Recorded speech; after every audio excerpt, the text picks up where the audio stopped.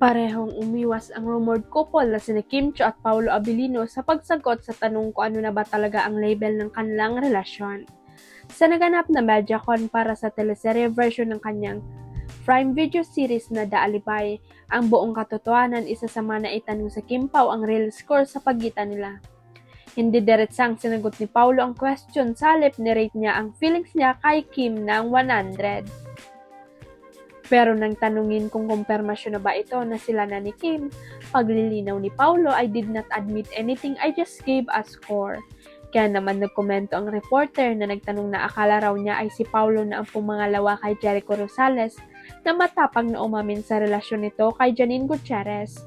Nang tanungin naman ng moderator ng press ko na si MJ Felipe si Kim, tumatawang sagot ng aktres, "Para saan ba ito? Ikabubuti ba ito ng ekonomiya ng Pilipinas?"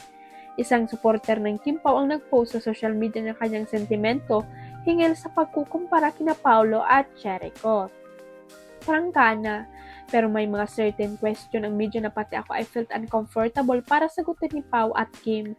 Sa dalas ko manood ng MediaCon, knows ko na yung style ng iba, pero next time no need to compare Paolo Abilino sa bet mong aktor. That was unnecessary, sabi ng naturang Kim Pao supporter. Shock ang netizen nang makita nila ang announcement na magsasama sa isang show abroad ang dating ex-magjoang sina Catriona Gray at Sam Melby kasamang iba pang mga artista. Parang hindi ito bet ng mga atribidang cyber citizen. Kasi nga naman matapos daw ibinunyag ni Catriona ang hiwalayan nila ni Sam sa online world, ito't magsasama pala sila sa isang star-studded show sa Dubai ngayong taon. Awkward nga raw na magsama pa sa show na ito ang dating magjowa. Although mailang ganap na rin naman na nagsama sila after nilang maghiwalay. Pero iba raw kasi ngayon dahil nagsiwalat na sikat sa publiko ng tunay na dahilan kung bakit naudlot ang kanilang kasal at kung bakit sila tuluyang naghiwalay ni Sam. Huwag kalimutang i-click ang subscribe button at i-ring ang notification bell para sa latest chika updates.